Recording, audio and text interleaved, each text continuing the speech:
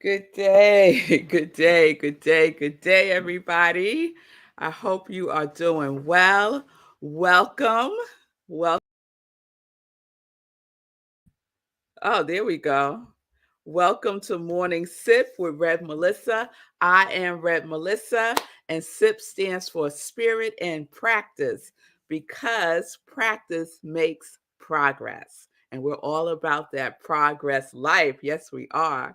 So I am Rev Melissa, as I said, I use the technology of spiritual psychology, spiritual practices, and universal truths to companion people in transforming their lives by uh, dealing with these limiting beliefs that we have that stop us from living fully in our glory, fully in our gifts.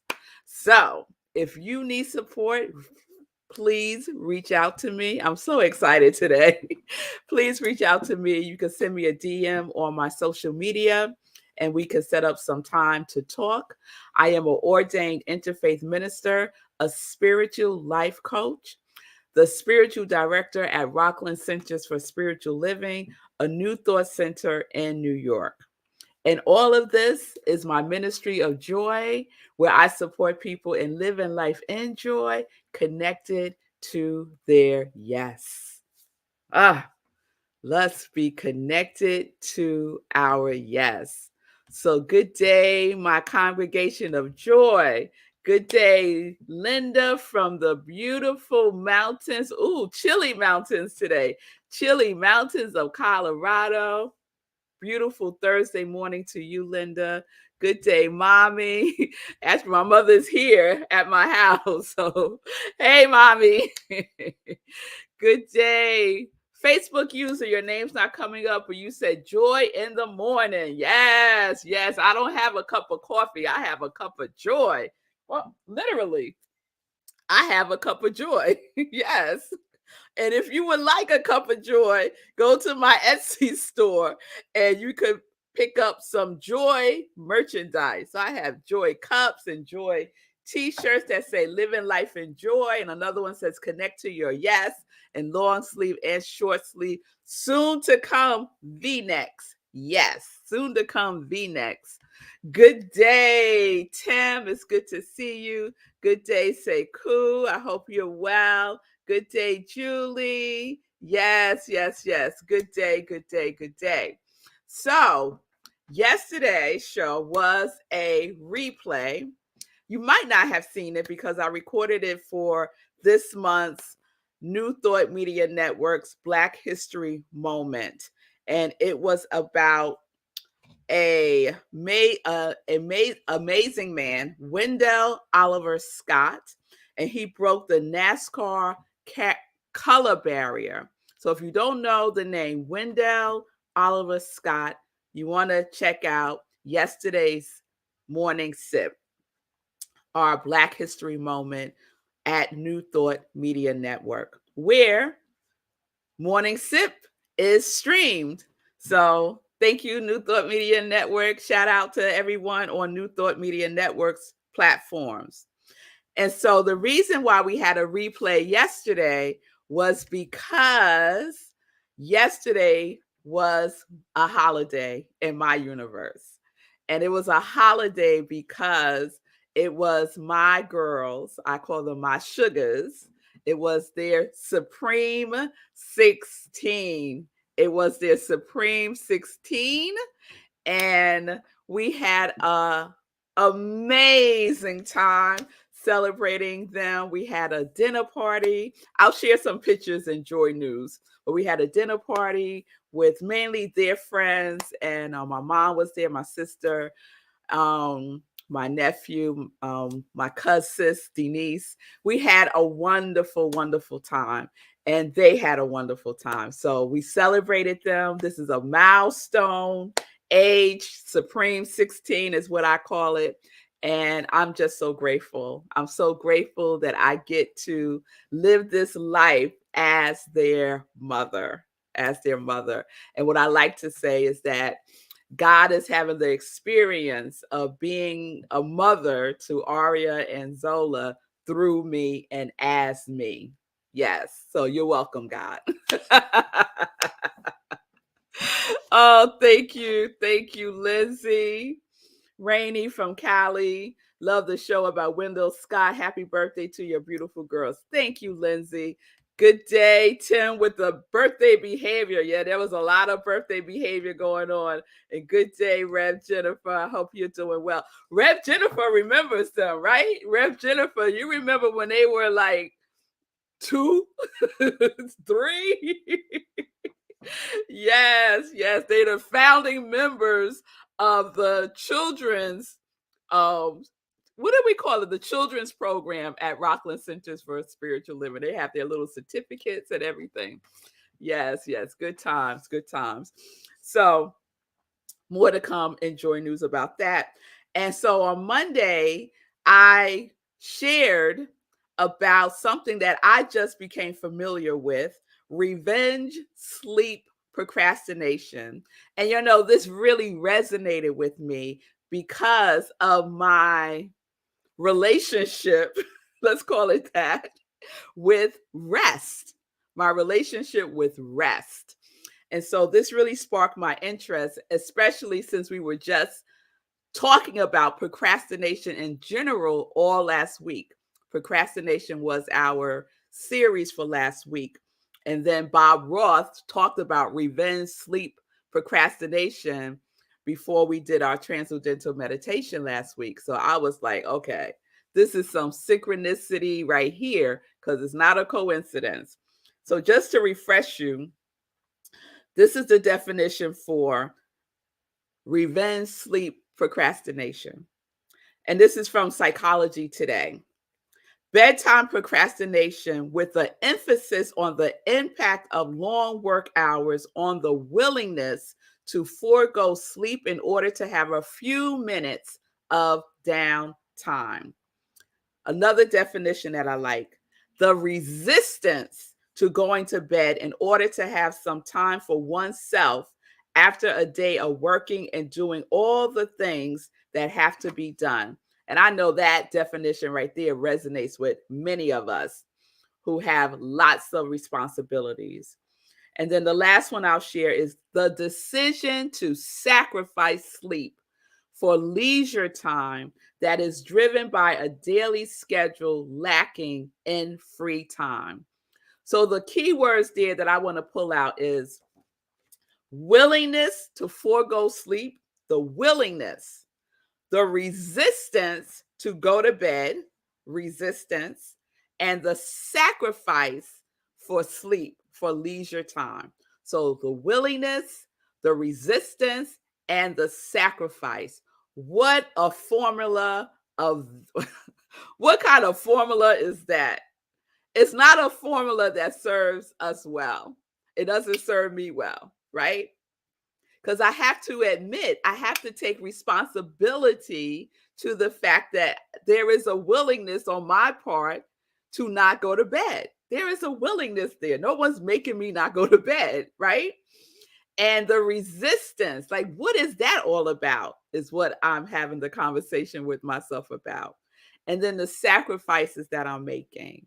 Like, what is it costing me to not go to bed at a reasonable time? And I have to say, I have gotten so much better, but I'm not 100% there yet.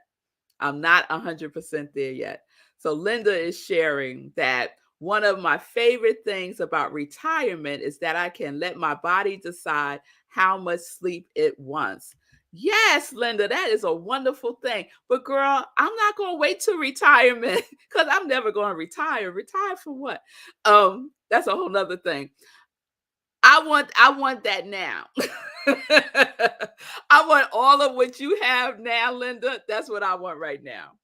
And the I think the tricky thing for me is that it's not that I don't get enough hours of sleep. I get about 7 hours of sleep. So no matter what time I go to bed, I bake in 7 hours of sleep. I would say 98% of the time. So it's rare now that I would only get like 4 or 5 hours of sleep. That's very rare. However, I love that morning energy, that energy that's like between 4 a.m. and 6 a.m. I love that energy. And I love to get up at that time and do my spiritual practice and, do the things that are at that vibrational level. You know what I mean? Oh, I love it to do it then. And so the best way for me to do it then is to count back to 7 hours and go to bed at that time. And so for me, that would be like 9 o'clock.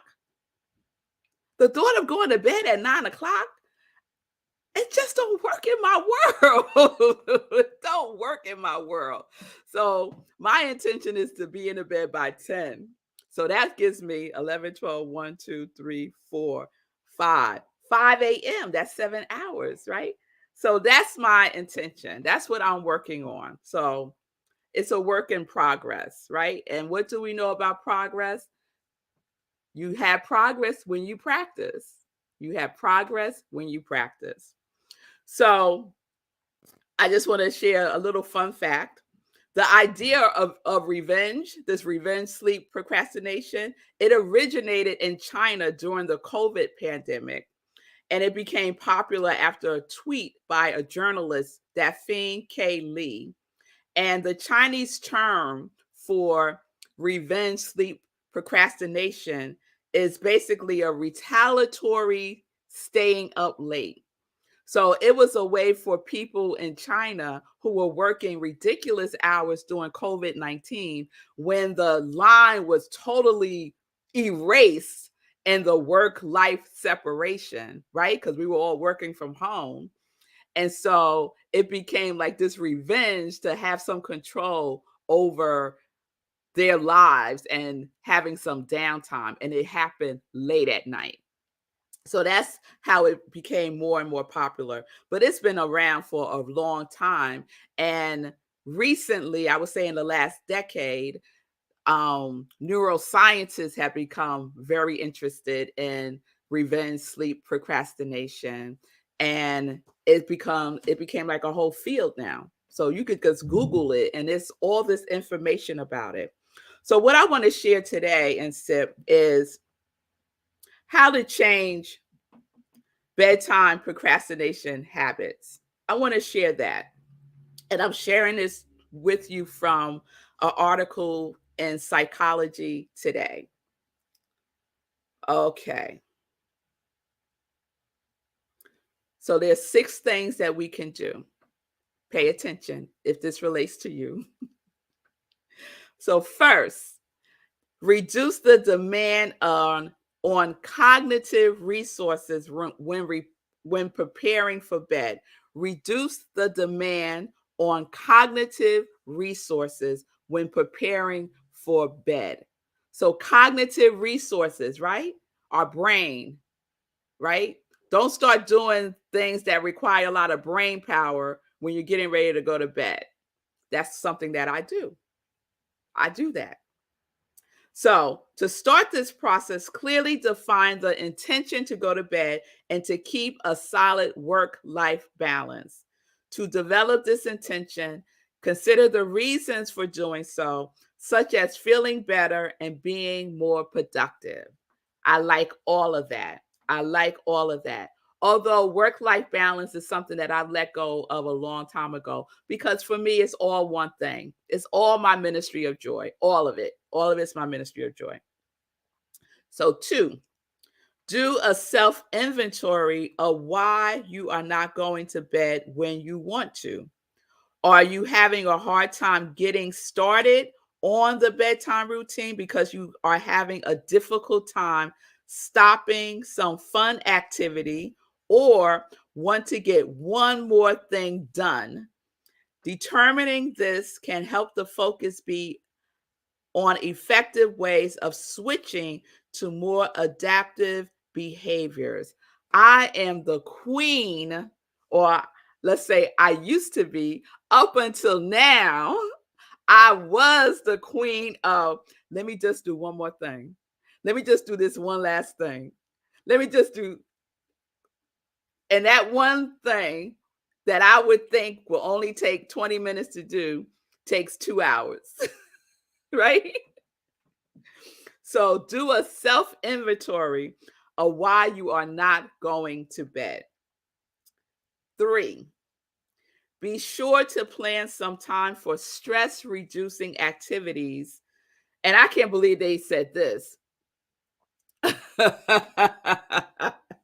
I just saw what my cousins put up there. Vanessa said, Mel, you will be an empty nester soon enough. That'll help with sleep.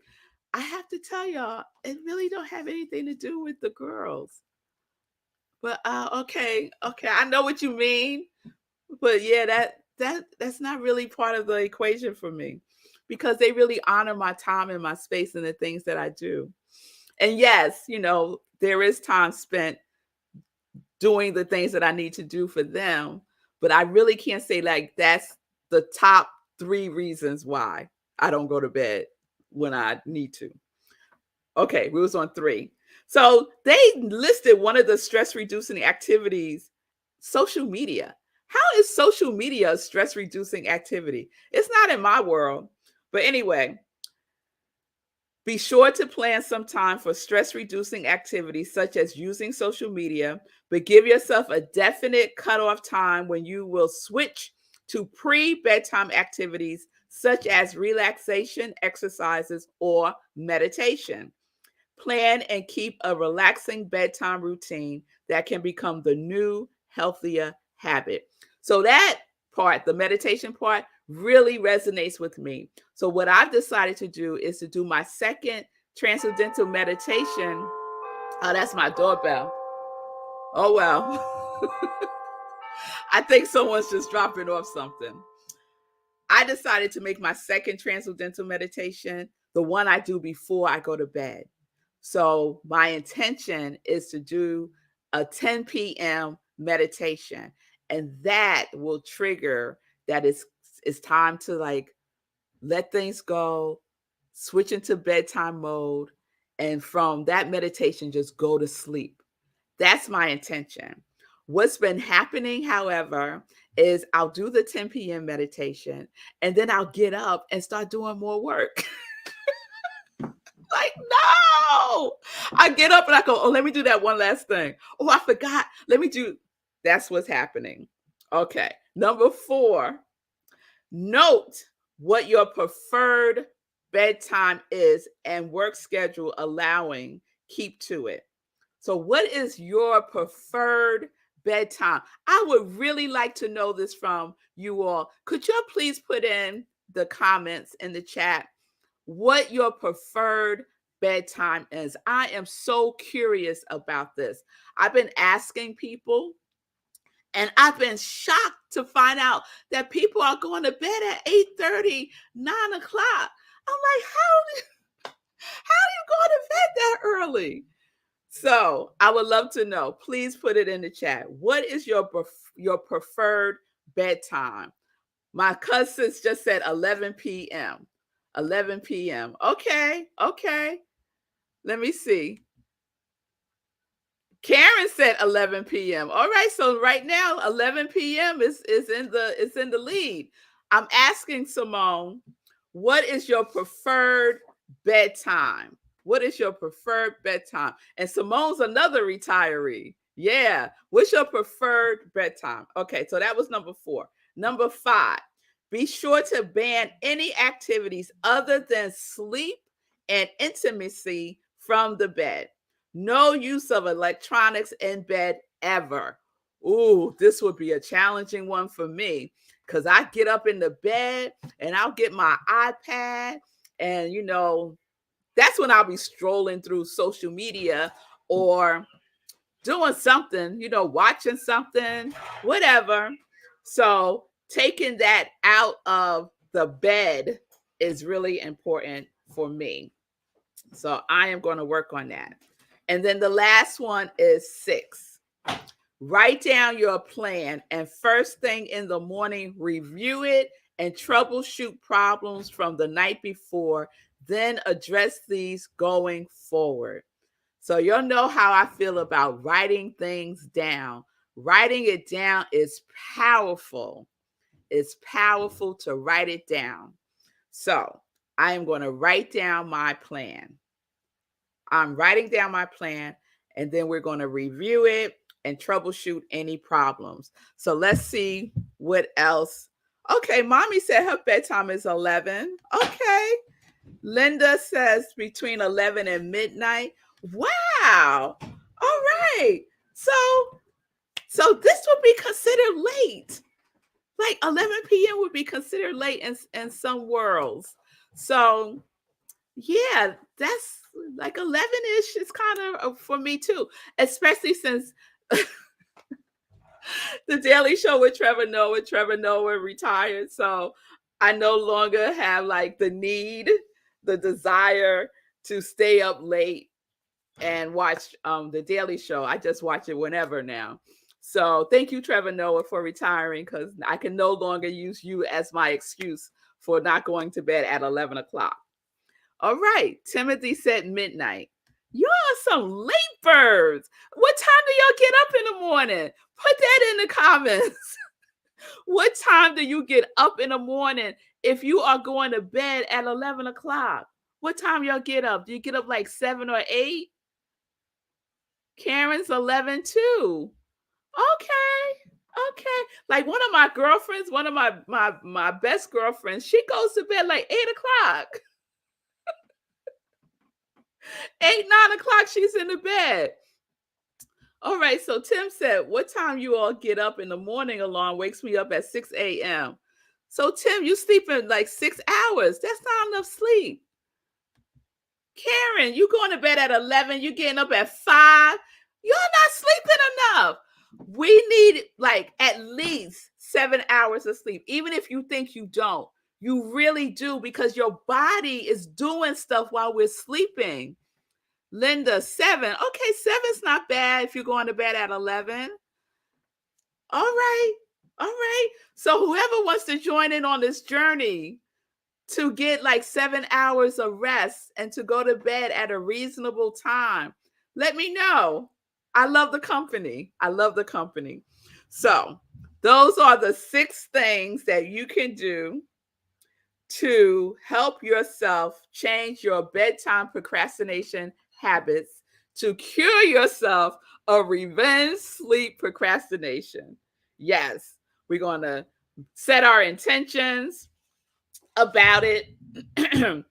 We're going to, first of all, we are aware, right? Like we are admitting that we have an issue, right? The first thing for recovery is to admit you have an issue, right? All right.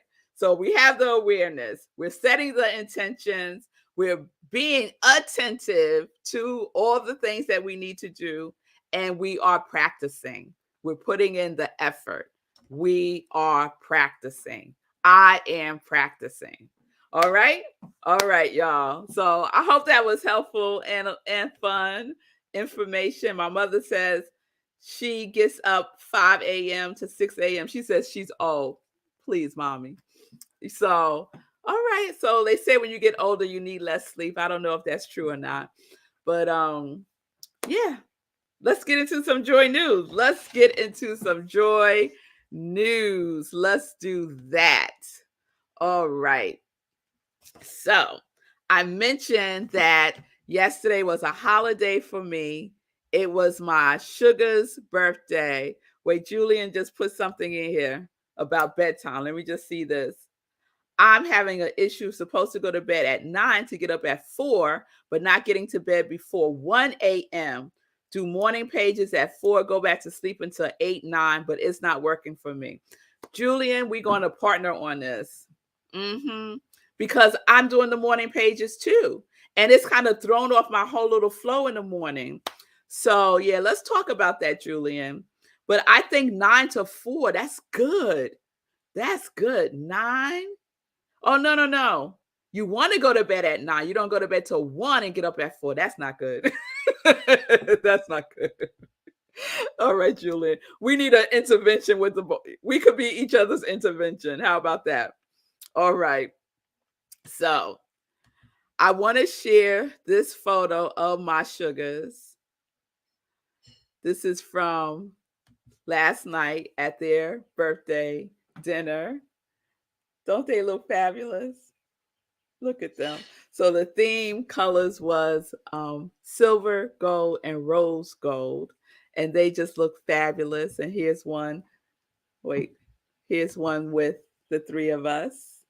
Yeah. Me and my sugars. We had such a wonderful time. We had such a wonderful time. So I'm blessed. I'm grateful. And they're amazing. They are amazing. All right, y'all. So let's get into some more joy news.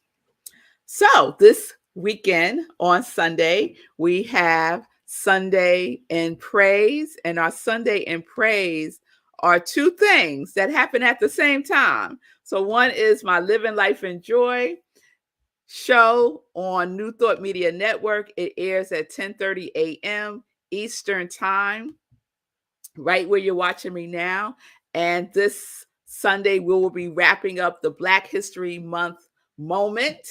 So please tune in for that. And as I said, at the same time, we have our Sunday in Praise at Rockland CSL, where I am the spiritual director, and we're wrapping up our February theme, Curiosity as a Superpower.